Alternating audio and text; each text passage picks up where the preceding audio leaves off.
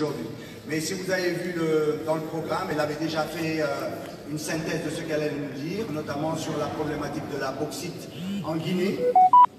C'était intéressant pour nous parce que c'est une manière de montrer qu'en Guinée, les exploitants viennent exploiter nos sous-sols et de façon très sauvage. Ils n'utilisent pas les méthodes modernes et autres, ils bombardent partout le sol, ils contaminent le sol qui devient impropre aux cultures. Et donc c'était vraiment l'objet de son intervention pour nous sensibiliser et attirer notre attention sur ça parce que les gens viennent effectivement récupérer nos ressources, mais pour les générations futures, leur problème, ce n'est pas qu'est-ce qu'ils vont léguer. Donc ça, c'est des questions qui nous intéressent. Malheureusement, bon, ce sera pour une prochaine fois qu'elle pourra nous le présenter. Alors là, je vais présenter la problématique minière au Sénégal. Ensuite, notre doyen, Dr Hamidine, va nous parler de la problématique minière en Mauritanie. Parce que bon an, mal an, au Sénégal, on parle beaucoup, mais on n'a jamais exploité nos mines. Et eux, depuis 1962, ils l'exploitent. Je crois que donc Charité Bien Ordonnée commence à écouter les gens qui depuis 1962 l'exploitent, alors que nous, notre mine, ça a été trouvé depuis 1935. En 1935, on sait qu'au Sénégal, on a des minerais de fer à la Falémé. 90 ans après, on n'a pas été foutu de l'exploiter à ce jour. Donc on n'a pas de leçon à donner, mais plutôt à apprendre des autres. Donc mon intervention va se situer sur cette problématique des mines au Sénégal. Non pas sous l'angle critiquer ce qui se fait actuellement ou ce qui s'est fait avant, non. Évidemment, on va en faire le bilan très rapidement, mais c'est surtout pour dire à quelle étape on est par rapport à cette mine qu'on a au niveau de la Falémé. Et si on veut dépasser effectivement le stade de regarder cette Falémé là, au-dessus de nous à Kédougou, où pratiquement beaucoup de gens chez nous dans leur enfance ont tourné autour de ce monde de la Falémé, je l'appelle même pas montagne. Si on veut un jour pouvoir l'exploiter, il va falloir qu'on réfléchisse un peu. Alors réfléchir, c'est de dire qu'est-ce qui a été fait depuis, ce qui est proposé actuellement par le gouvernement, est-ce que ça tient la route, et ce que nous proposons. Et c'est ça qui est intéressant, c'est-à-dire être dans une logique prospective, de dire nos ressources sont là, qu'est-ce qu'on en fait. Il ne s'agit pas de dire tant que je ne suis pas au pouvoir, c'est le déluge. Il s'agit de dire voilà notre réflexion là-dessus. Si les gouvernants actuels veulent le prendre en charge, c'est tant mieux. S'ils ne veulent pas, ben, c'est tant pis. On continue dans nos idées tant qu'on ne nous a pas démontré qu'elles sont fausses. Alors, la Falémé, c'est ce que vous voyez là au fond. Donc depuis 1935, on sait que dans cette Falémé, ça se trouve au sud-est du Sénégal, à la frontière de la Guinée-Conakry et du Mali. On a presque au niveau de ces deux pays frontaliers. Et là-bas, on sait que notre sous-sol est très riche parce qu'en dehors de la Falémé, au niveau minerai de fer, on a de l'or à Kédougou, on a pas mal de choses, etc. là-bas, mais ce n'est pas l'objet du débat. Alors, aujourd'hui donc, la problématique c'est de dire, est-ce que nos minerais c'est un fardeau pour le Sénégal?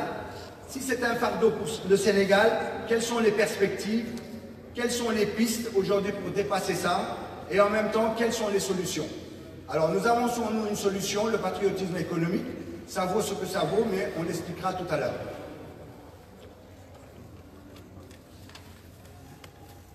Alors, les minerais de fer du Sénégal, un fardeau ou la faillite des politiques menées de 2000 à nos jours. Alors, voici les minerais de fer de la Falémé. Alors ces minerais ont l'avantage de se faire à ciel ouvert. Ça veut dire que c'est déjà plus facile technologiquement de pouvoir exploiter cette mine parce qu'on n'a pas besoin de creuser en souterrain, etc. Ça se fait à ciel ouvert. Alors, le premier problème qui se pose au niveau de cette mine, c'est qu'on a réellement une absence d'infrastructure au Sénégal. Je pense que tous les débats ont démontré que sans infrastructure, on ne peut rien développer au niveau des ressources. On ne peut même pas transformer nos matières premières parce qu'il faut se déplacer, etc. Il faut transporter nos matières premières vers un lieu A, vers un lieu B. S'il n'y a pas d'infrastructure, il n'y aura rien. Donc pareil pour les ressources, si on veut les exploiter, il nous faut des infrastructures. Alors, ces infrastructures au niveau du Sénégal, ça se situe en 4 points. Le premier point, c'est l'unité sidérurgique. On n'a pas d'unité sidérurgique, et ça c'est très important, parce que si aujourd'hui on parle de minerai de fer, ça veut dire qu'on veut non seulement l'extraire, alors 2 options, on l'extrait, on le transporte dans un port minéralier, et on l'envoie en Europe ou ailleurs où il y a des usines sidérurgiques, et on transforme ce minerai de fer en acier, ou bien On développe ça chez nous, c'est-à-dire on récupère notre minerai de fer et en même temps on le transforme sur place. Alors le transformer sur place, la problématique c'est l'usine sidérurgique. Alors voilà un peu, c'est une idée de ce qui peut se passer au niveau de la sous-région, notamment au niveau de la Falémé, ce qu'on pourrait faire pour pouvoir réellement l'exploiter. À ciel ouvert, ça donnerait quelque chose comme ça. Alors qu'actuellement, on a ça. Alors on est dans la préhistoire, évidemment. Si on veut développer notre pays et l'industrialiser, il va falloir dépasser ce principe de sac où on met les minerais, etc. et aller dans quelque chose de beaucoup plus productif. Il nous faut un réseau ferroviaire parce que la zone de la Falémé, c'est une zone presque enclavée et il faut à peu près 350 km pour le ramener sur le long du chemin de fer au niveau de Tambacounda et après de Tambacounda l'amener jusqu'au port minéralier dont on verra le lieu tout à l'heure qui se trouve à Bargny. Mais ça, pour le faire, il faut non seulement réaliser le petit tronçon qui manque, de 350 km, mais en plus il faut rigidifier nos rails pour que ça puisse contenir effectivement ce fameux minerai de fer qu'on va déplacer de la Falémé jusqu'à Bargny. Alors, ça vous donne un peu ça, que je vous mets en croix. L'idée des 750 km à faire, dont 350 à construire et 400 à consolider. Il nous faut un port minéralier.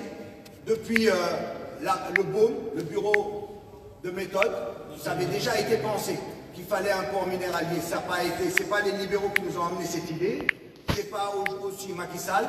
Ça, c'était prévu depuis longtemps qu'il fallait un port minéralier. Donc sur 480 hectares, les gens avaient prévu de le faire, notamment à Bargny, mais malheureusement, ce n'était pas encore fait.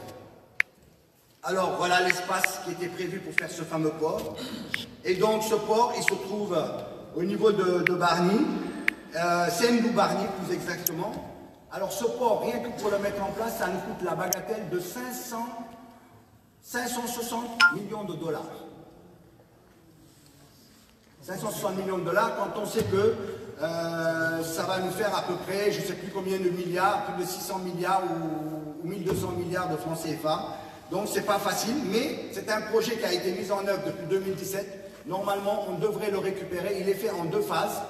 La première phase pour pouvoir récupérer les mines et tout de suite le transporter. La deuxième phase, c'est pour pouvoir l'élargir au phosphate et à toutes les formes d'énergie minière qu'on peut récupérer pour pouvoir l'envoyer. Alors, vous voyez très bien que quand je vous expose ces trois points-là, l'usine sidérurgique, le réseau ferroviaire, le port minéralier, c'est pas donné. Donc, on a un problème nécessairement de coût des infrastructures. Alors, quelle est la problématique de nos mines? Et de toutes mines d'ailleurs, dans la sous-région, que ce soit en Sierra Leone, que ce soit au Libéria, que ce soit partout dans la sous-région, c'est le véritable problème. Le véritable problème, c'est de trouver les partenaires qui sont capables de piloter, de financer l'intégralité du projet. Piloter, c'est-à-dire partir de la mine jusqu'au port minéralier, le financer parce que assumer les coûts d'infrastructure. Alors les partenaires devront gérer la mine, l'aspect ferroviaire, l'aspect minéralier, l'aspect sidérurgique. Quand un des éléments manque, aucun partenaire ne vient, parce que personne ne vient investir pour nos beaux yeux et investir à perte. Ça, c'est évident. Alors, cette mine devrait pouvoir produire entre 10 et 25 millions de tonnes par an. On dit 10 parce que c'est le minimum, vu ce qu'on peut avoir au niveau de cette mine de la Falémé, qui comporte à peu près 750 millions de tonnes évaluées. Mais on considère qu'on peut aller entre 10 et 25. Et pourquoi c'est important de considérer ça? Parce que quand les investisseurs viennent mettre leur argent, ils veulent savoir quand est-ce qu'ils vont rentrer dans leur investissement. Si c'est au-delà de 25 ans, ça ne les intéresse pas. Si vous leur permettez de récupérer leur argent dans un temps relativement cohérent entre 10 et 25 ans, à raison de 25 millions de tonnes par an, ils acceptent d'y aller. Alors, 1975, les premières tentatives de valorisation du gisement, beaucoup d'études, beaucoup d'histoires de on peut faire comme ça, on va faire comme ça, on va créer une structure qui va le gérer, etc., etc. Mais réellement, on n'avait pas trop avancé. On a avancé à partir des années 2000, où il y a eu une première société sud-africaine qui s'appelle Litos, qui était venue là-bas, mais qui n'avait pas les reins solides pour mettre en place les infrastructures. Alors en 2004, cette société est chassée. On lui enlève le contrat et on le donne à une autre société sud-africaine qui s'appelle Kumba Ressources. Et pratiquement, Macky Sall, à l'époque, venait de quitter la problématique comment on appelle ça, Petrosen, pour s'occuper des mines, des ministres des mines. Après, il l'a laissé à l'autre ministre, Mehdi Kenyan. Et Mehdi Kenyan qui a signé effectivement le contrat avec Kumba Ressources en 2004. Et on l'a donné à cette société sud-africaine, moyennant qu'il exploite sans mettre en place les structures, les infrastructures dont on avait besoin. Donc ils viennent avec un investissement d'à peu près 60 millions. 60 millions et non, pas 6 millions de dollars, excusez-moi. Il y en a avec 6 millions de dollars qu'ils nous présentent. C'est pour ça d'ailleurs plus tard, quand on va être condamné par la justice internationale, on va leur payer 70 millions de dollars, c'est-à-dire 10 fois plus, parce qu'on leur a repris cette concession de façon illégale. Et donc, ils commencent à travailler en 2004. Et en 2005, juste un an après, ils auraient investi 20 millions de dollars pour mettre en place la structure qui travaille. Et en janvier 2006 et février 2006, ils sortent 12 tonnes de minerais de fer. Mais évidemment, comme ils n'ont pas les infrastructures, pour les acheminer et tout ça, ça pose beaucoup de problèmes.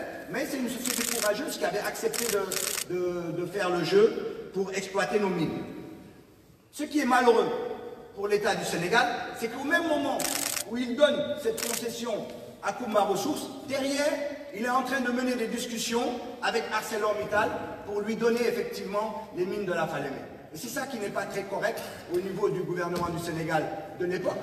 Parce qu'au même moment où ils donnent ça à Kumba Ressources, ils sont en train de négocier avec ArcelorMittal pour l'exploitation des minerais de fer La Falémé.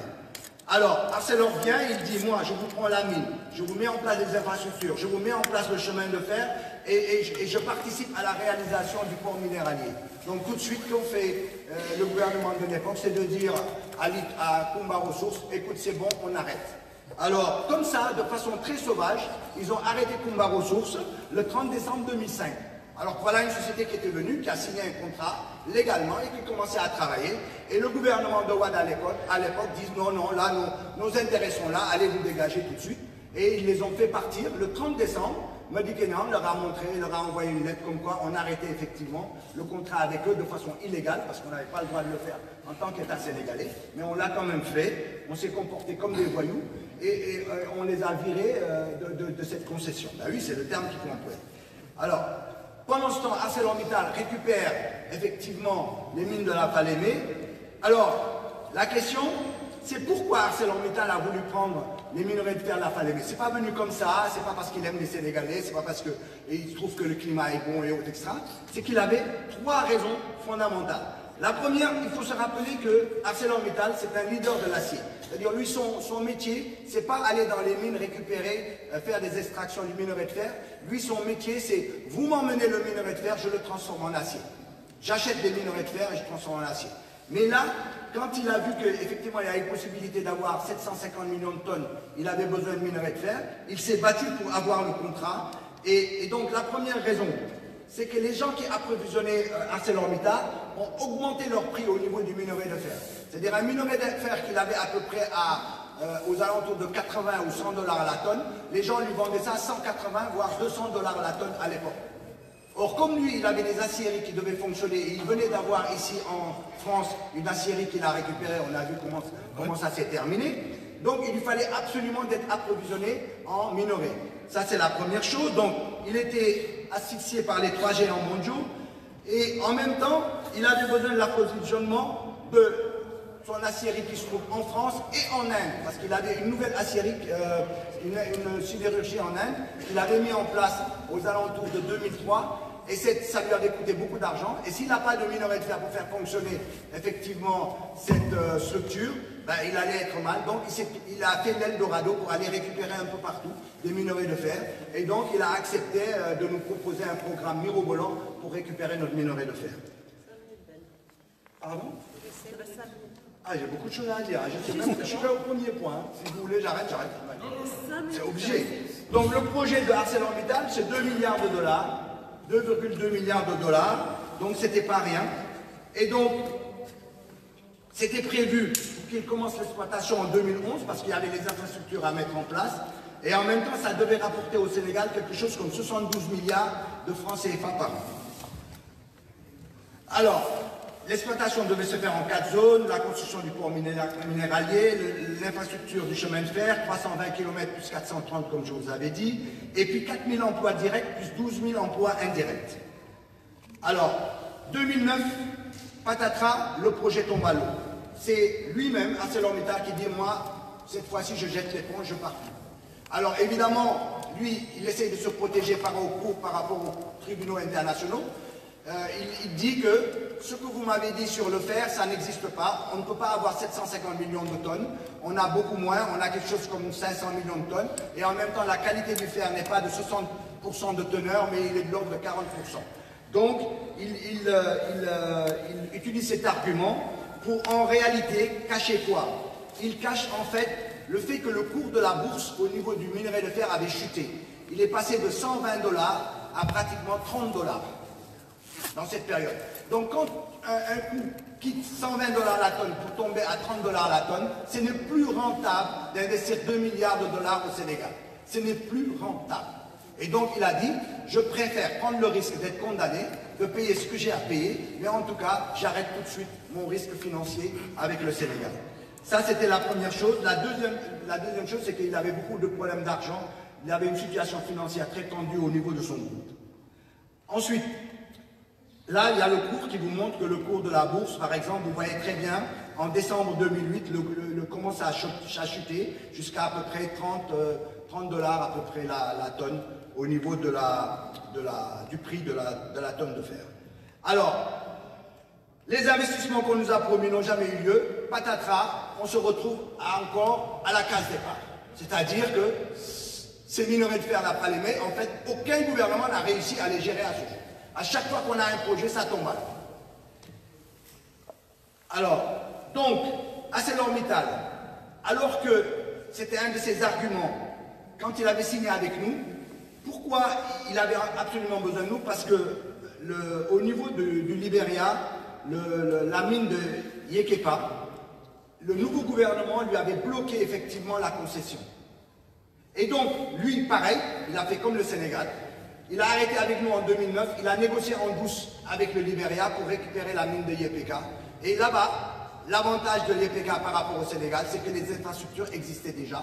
Donc il nous a quittés, il est allé là-bas pour récupérer le minerai de fer dont il avait besoin et il nous a laissé avec notre Falémé.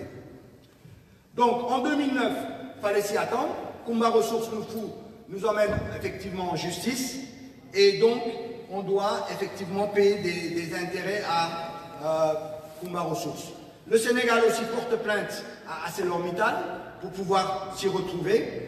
Première chose, 2010, on est condamné. On est condamné par le tribunal international du commerce pour payer 80 millions de dollars, c'est-à-dire 10 fois plus que le montant du projet initial à Kumba Ressources. Ensuite, nous, on traîne en justice ArcelorMittal en 2010. En 2013, ArcelorMittal perd la concession parce que dès lors qu'il a la concession, il y a toute une tractation judiciaire pour retrouver. Donc en 2013, Macky Sall, quand il est venu en 2012, il a continué le dossier qui était démarré avec effectivement ses prédécesseurs, avec le gouvernement précédent, pour pouvoir récupérer la mine. Donc la première chose, en 2013, il récupère la mine. En 2014, c'est ça qui est un peu grave, enfin grave, bizarre, il fait un accord à l'amiable avec ArcelorMittal. ArcelorMittal est traîné en justice par le gouvernement précédent pour nous payer quelque chose comme 5 milliards de dollars. 1 milliard de dollars, n'oubliez pas, c'est 600 milliards de francs CFA à peu près. 5 milliards de dollars, c'était le préjudice que tous les cabinets d'avocats disaient que ArcelorMittal devait payer. Et quand Macky Sall vient au pouvoir, il négocie avec ArcelorMittal directement en jetant tous les avocats du gouvernement précédent. Et il négocie gré à gré avec eux. Et il négocie, ouais, ben, je suis désolé, hein, ça va être long. Il négocie 150 millions de dollars. Là où on devait toucher 5 milliards de dollars, il négocie 150 millions de dollars. sachant que sur les 150 millions, il faut payer 80 millions à Kumba Ressources. Et nous, on a été pour essayer de voir c'était quoi le contenu de ces accords. On ne peut pas les avoir. Parce que compte tenu que ces deux personnes qui se mettent d'accord pour signer un accord, la justice n'a plus rien à y voir, ils n'ont plus rien à produire. Alors, c'est quand même un grand problème qu'il va falloir qu'on gère un jour avec ce gouvernement-là. C'est comment ils ont pu négocier simplement les dédommagements du Sénégal avec 150 millions de dollars sur lesquels on paye 80 millions de dollars à Kumba Ressources et on récupère une partie. Alors, il faut quand même dire qu'il y a 50 millions de dollars qui sont évalués en termes d'études et que Arcelor nous a laissé sur les minerais de la Falémé. Donc là, c'était les fameuses sommes dérisoires de 5 milliards de dollars qu'on attendait. Donc, ça, c'est une débâcle des politiques, parce que ça veut dire qu'en 2014, 2015, on est au même point de départ, pratiquement, qu'en 1935, en dehors de quelques avancées. Alors, on a récupéré nos 150 millions, et puis plein de regrets, avec une situation qui n'est pas du tout bonne, c'est-à-dire que le cours de la bourse au niveau du minerai de fer est très bas. Ça veut dire que tu ne trouveras pas de partenaire. Ça, c'était encore le deuxième préjudice qu'on reçoit. C'est-à-dire que ArcelorMittal nous quitte, on le bat au niveau du tribunal international, et cette période-là, personne ne viendra parce que le coût du fer est très bas, du minerai de fer est très bas, et en même temps, pour couler, parce que c'est ça le problème, pour couler toute possibilité d'extraction de minerai de fer, la Chine baisse ses prix, l'Australie baisse ses prix, le Brésil baisse ses prix, qui sont les plus gros producteurs de minerai de fer dans le monde. Quand ils baissent les prix, ils foutent tout le monde à plat parce que personne ne peut investir, parce que le prix de la tonne de minerai de fer est trop bas.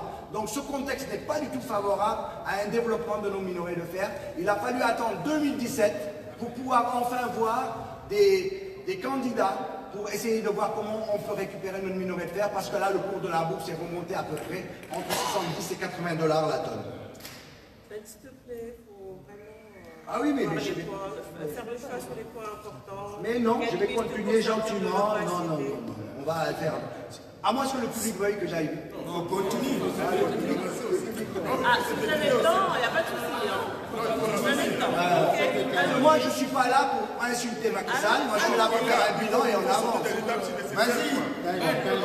Alors, donc là, l'étape en 2017, on voit que l'exploitation du minerai de fer est assujettie à la faiblesse des cours mondiaux, à la demande chinoise sur le marché, qui pratiquement n'achète plus et utilise ces minerais de fer de moins bonne qualité, mais ils l'utilisent politiquement et économiquement de façon intelligente pour empêcher effectivement les autres qui veulent créer des usines sidérurgiques de pouvoir le créer parce que c'est pas rentable.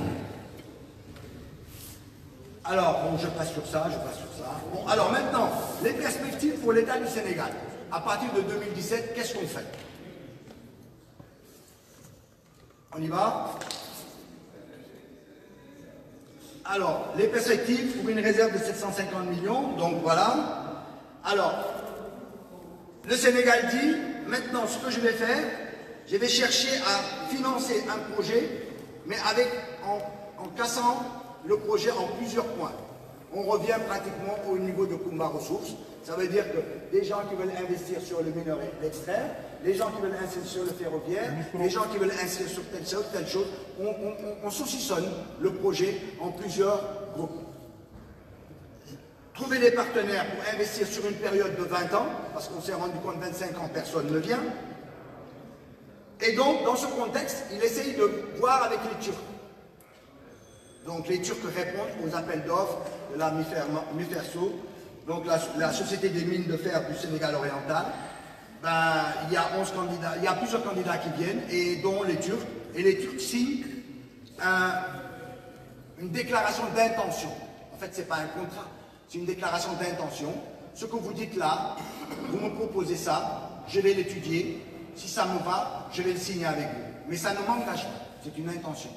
Il se trouve que quand on a eu cette intention, cette déclaration d'intention du Sénégal, quand elle est sortie, tous les candidats à la dernière présidence de la République, les 11 candidats se sont levés en disant que c'est trop grave et que si Macky Sall faisait ça, ça serait effectivement un crime contre le peuple sénégalais.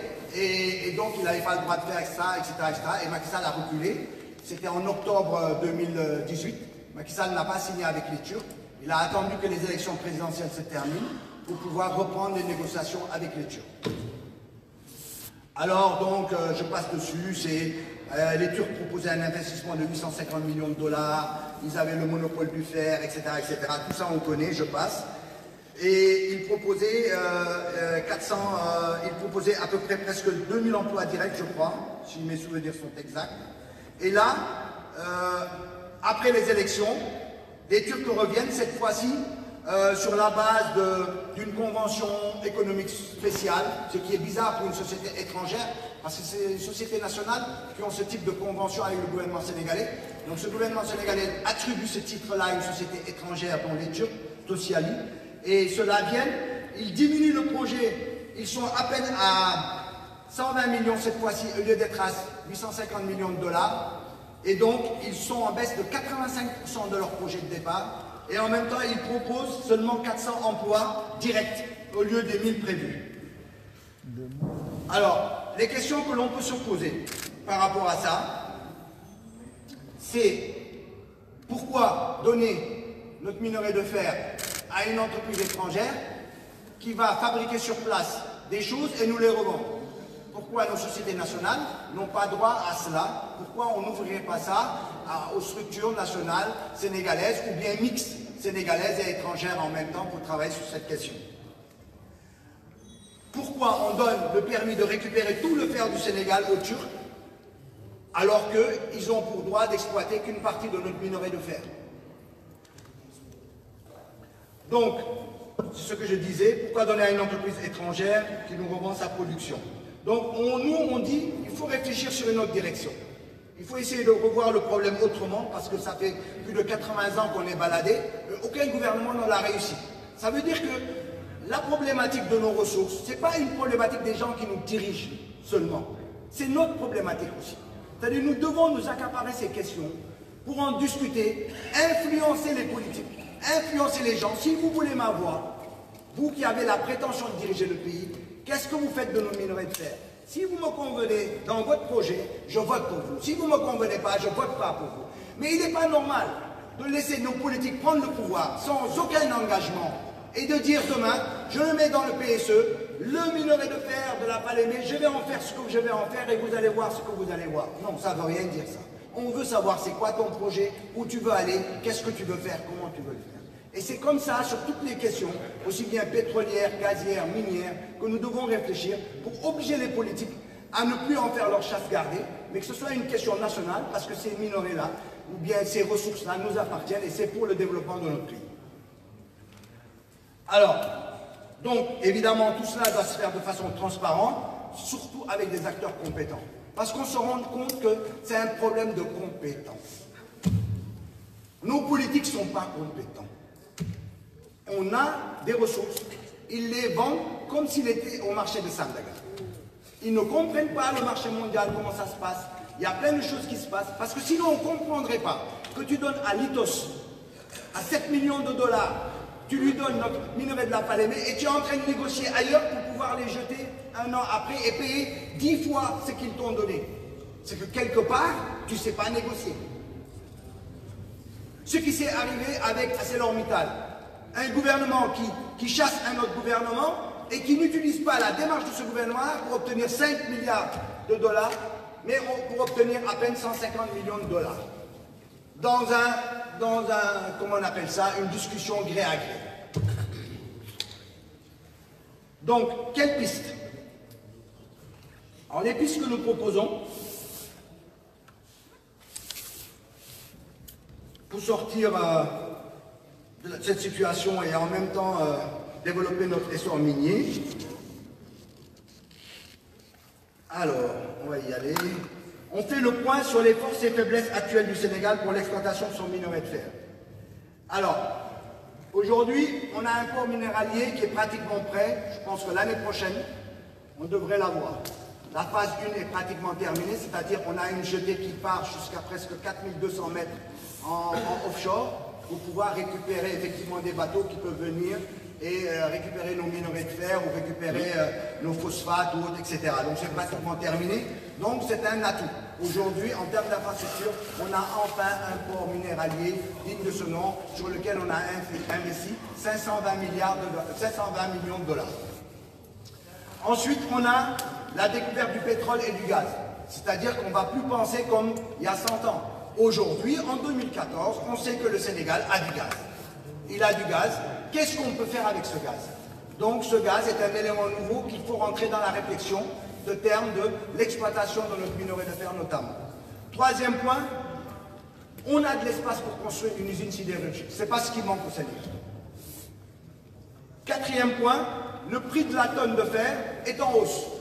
Aujourd'hui, en 2019, il est en hausse. Vous regardez partout, vous tapez sur Google, le prix de la tonne de minerai de fer, on est aux alentours de 80 $ et ça va monter. Ça ne va plus baisser pratiquement, vu les tendances mondiales, jusqu'à 35 $ la tonne comme on l'a vécu aux années 2008-2009 jusqu'en 2014.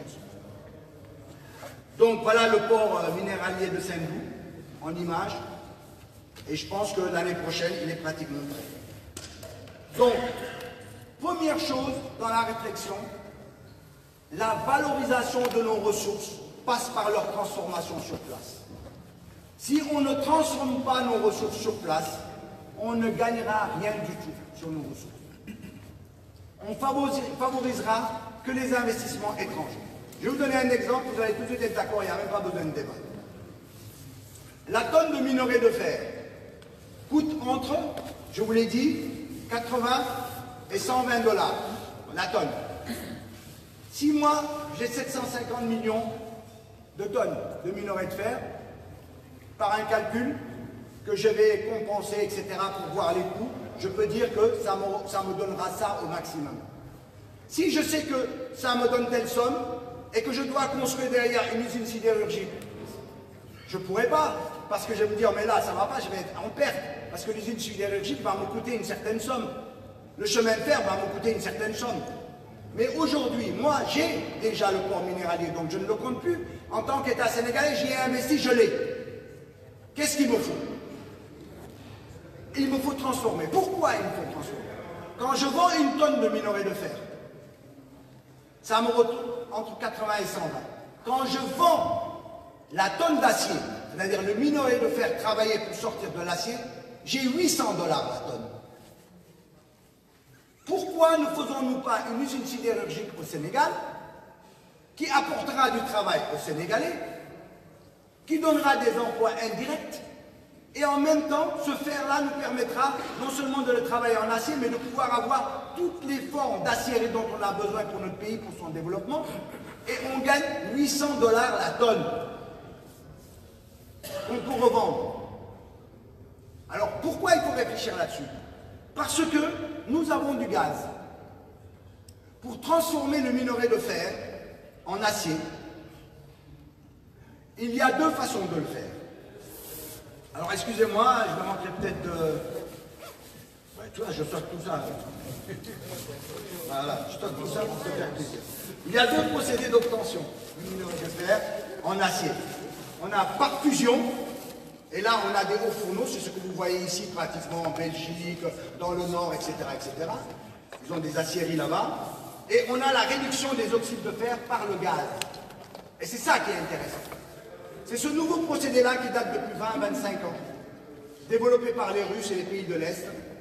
Ce nouveau procédé nous permet non pas de faire fondre le minerai de fer pour obtenir de l'acier, mais de chauffer ce minerai de fer à une certaine température qui demande beaucoup d'énergie. Mais comme 1 mètre cube de gaz, ça coûte à peine 1 €, c'est pas là qu'on va perdre de l'argent, c'est pas en utilisant notre gaz qu'on va perdre de l'argent. Au contraire, ça nous permet d'avoir de l'énergie, mais en le chauffant au maximum, on enlève l'oxyde de carbone qui est dans le minerai de fer et on obtient notre acier. Non seulement c'est beaucoup plus propre au plan écologique, c'est beaucoup plus rentable, mais en même temps on a le gaz.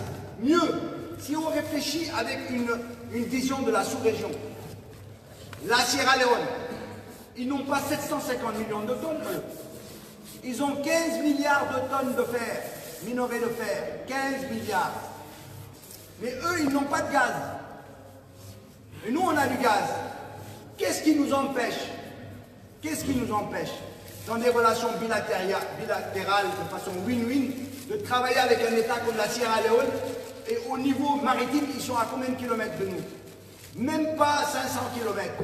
Et eux, ils vont faire 12 000 kilomètres, 12 000, pour aller transformer ça. Ils n'y gagnent rien, ils y gagnent les malheureux 80 $ qu'ils ont là-dessus, alors qu'on peut leur transformer leur minerai de fer en acier. Donc l'idée c'est quoi? C'est de travailler dans la sous-région, en utilisant nos différentes potentialités, et de faire en sorte que nos minerais, que le prix, le coût de la tonne de minerai de fer se discute plus même en Belgique, mais se discute dans la sous-région au niveau de l'Afrique de l'Ouest, parce que c'est nous qui avons les plus gros gisements. Et c'est comme ça qu'on s'en sortira. Et donc, ce procédé que je vais vous dire, il y a un procédé, bon ça c'est les vieux procédés, donc ça c'est les vieux, je passe, hein, je ne peux pas vous l'expliquer malheureusement, je passe. Donc on va dans les procédés qui aujourd'hui, ça s'appelle les procédés de réduction directe sans fusion, qui sont très rentables, pas chers à investir, et en même temps, on peut les construire en différentes tailles, c'est-à-dire une structure comme la Falémé avec 750 millions de tonnes, ça correspond vraiment, parce qu'on n'a pas 15 milliards de tonnes, mais en ayant une petite structure comme ça, à réduction directe, on peut récupérer tout notre minerai de fer là-dedans, le transformer en acier, et de façon très rentable. On a à peu près 145 $ le million de tonnes, 145 $, ça revient au niveau de cette structure de transformation, alors que si on avait utilisé la structure par fusion, ça nous coûte 273 $. Ça, c'est pas moi qui vous donne ces chiffres, c'est des chiffres qui sont validés par tous les constructeurs au niveau de cette dimension. Alors, ce qui m'étonne, moi, c'est qu'on a du gaz au Sénégal, mais l'ami Ferso, les gens qui s'occupent des mines au Sénégal, personne n'en parle. Pourquoi on n'utilise pas notre gaz pour le transformer, notre minerai de fer? Pourquoi on ne transforme pas ça? Parce que quelque chose qu'on vend à 80 $, on peut le vendre à 800 $ la tonne, et les Sénégalais auront du boulot. On aura à peu près 10 000 emplois, 4 000 emplois directs au niveau de ces structures, ferroviaires, mines, transport, etc. Et toutes les structures aux alentours qui vont vivre de cela, ça nous fera bon an mal an 10 000 emplois. Et ce n'est pas au Sénégal qu'on va dire que 10 000 emplois, on n'en a pas besoin. En plus de ça, le procédé Midrex, c'est un procédé très écologique. On a 0,65 de TCO2 par tonne de pré-réduit, alors que les autres, c'est 1,5 de TCO2. Donc, il n'y a pas photo.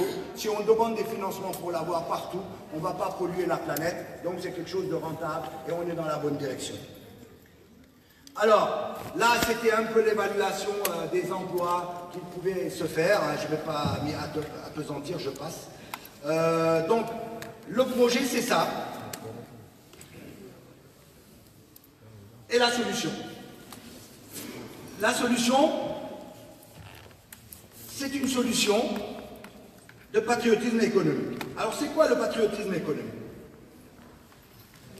On est dans un contexte de mondialisation, un contexte où il faut absolument répondre aux rapports très durs que se font les États au plan de la concurrence et autres.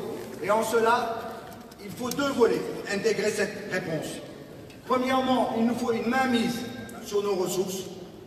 Vraiment, si vous sortez d'ici, en ayant ces deux points-là dans la tête, mainmise de nos ressources, maîtrise des technologies, pour moi, on est dans la bonne direction. C'est fondamental. La mainmise sur nos ressources, ça se passe comment? Avoir la maîtrise des technologies, ça se passe comment? Le patriotisme économique, c'est pas du protectionnisme. On n'est pas là pour protéger un marché intérieur, quel que soit Alpha, même si on fait n'importe quoi, mais il faut protéger. Non, c'est pas ça. C'est préserver un développement. Un développement dans le cadre d'un environnement économique favorable. C'est-à-dire qu'on va faire comme tous les autres pays.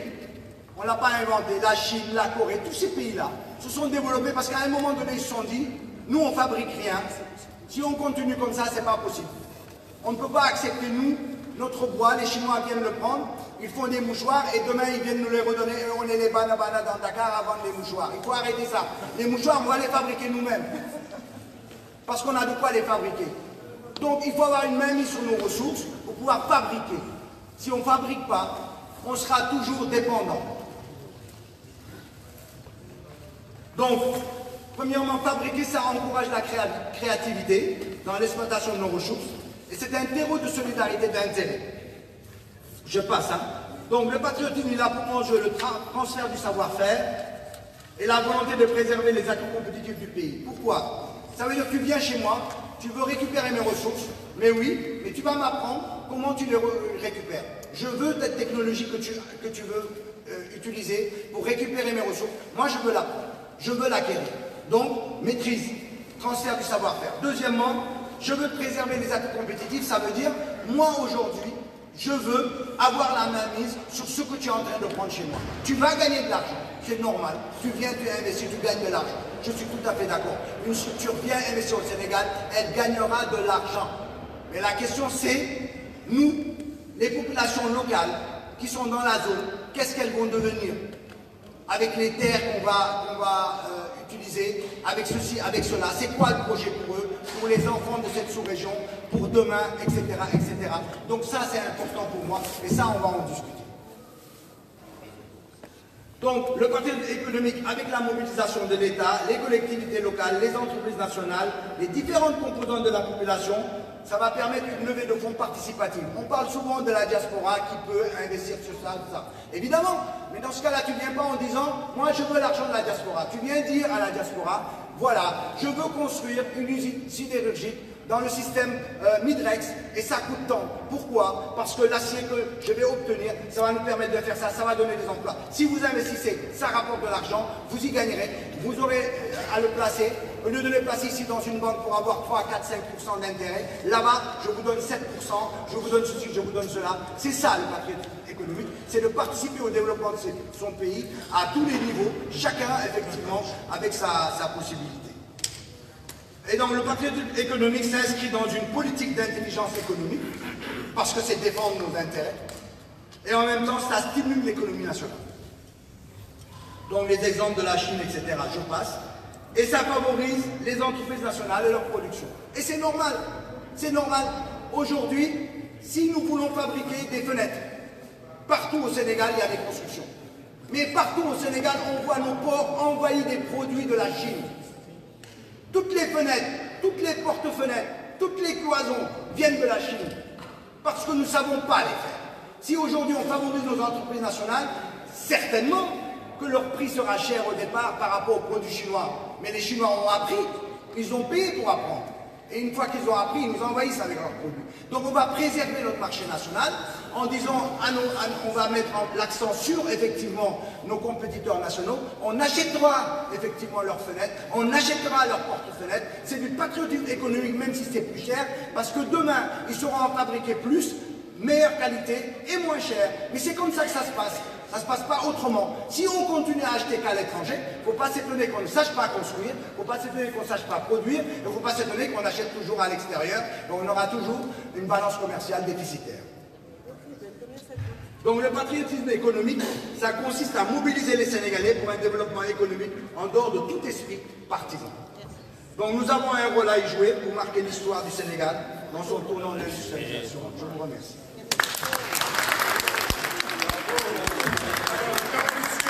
Bien.